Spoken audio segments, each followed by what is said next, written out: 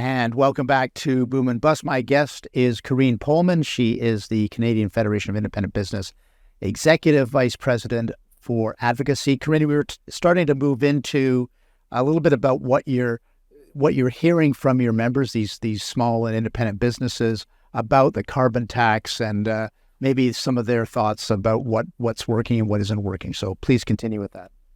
Yeah, I was just going to, over 5 years now, we've had the what we call the carbon tax, or the federal carbon tax, has been sort of implemented in up to 8 provinces now across Canada. And over the course, I'd say, of the last 2 or 3 years, we've seen a real shift in sort of the perspective of small business owners from not so much being neutral. There's always been a slight majority that were opposed, but now there's a very strong majority that are opposed to the idea of a carbon tax. I think seeing what the costs are to their businesses, seeing that it's maybe not necessarily achieving what it was meant to achieve in the first place, has sort of, I think, turned the tide a little bit. So we're certainly sort of transitioning. Once we have this money back in the pockets of the people that it's owed to, we want to make sure that we start thinking and sort of educating governments to say carbon taxes really aren't working the way it was intended. And in fact, they're hurting small businesses.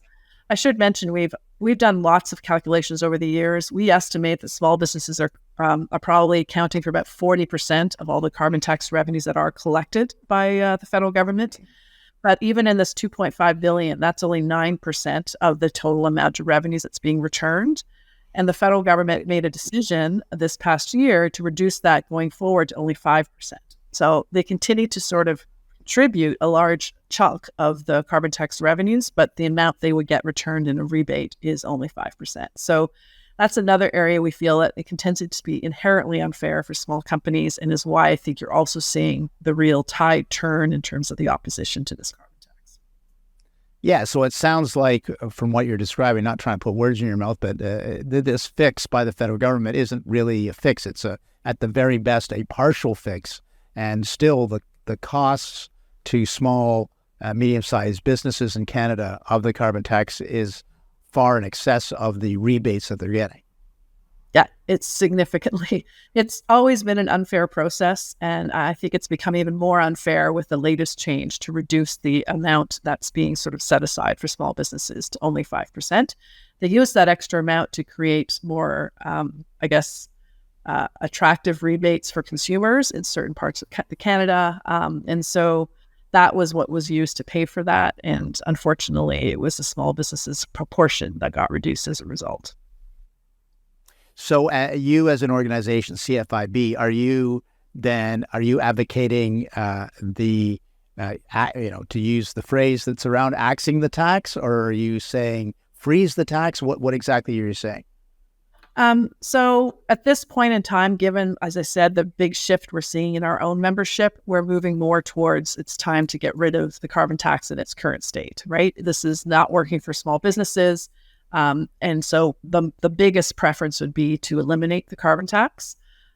If they're not going to do that, or for some reason it doesn't, it doesn't get changed over the course of the next couple of years, we would call for an increase in the amount that they would get in return to more closer to what it is that they contribute. So at least back to the 9 or 10% that was there up till this year. Right. And obviously more than that, that's more based on the amount that they contribute to the actual tax.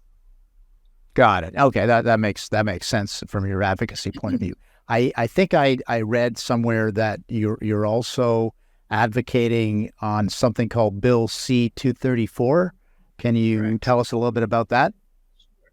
So Bill C-234 is a private member's bill that has been going through the House and the Senate that would actually exempt certain more types of fuel that farmers are using, for example, to heat their barns and to do some other sort of things around that's fairly common in the agriculture world. Certain types of fuel are already exempt, but certain types aren't. And so this is sort of to expand the scope of the types of fuel that they have to use in order to operate their businesses. It got through the House, but unfortunately, once it got to the Senate, a series of amendments were made in the Senate. And those amendments basically reduce any impact it would have had. So it's sort of stalled right now because obviously when amendments are made in the Senate, it has to go back to the House. And so at this point, it's kind of stalled. But we're continuing to advocate for the need to do this. The impact on farmers of the carbon tax has been very significant. And we felt this was a least that could be done to help address some of those costs. Because obviously, if farmers pay more, we all pay more in the food that we eat every day. Exactly. Corinne, we're going to take another brief break. We'll be back with you after these commercial messages.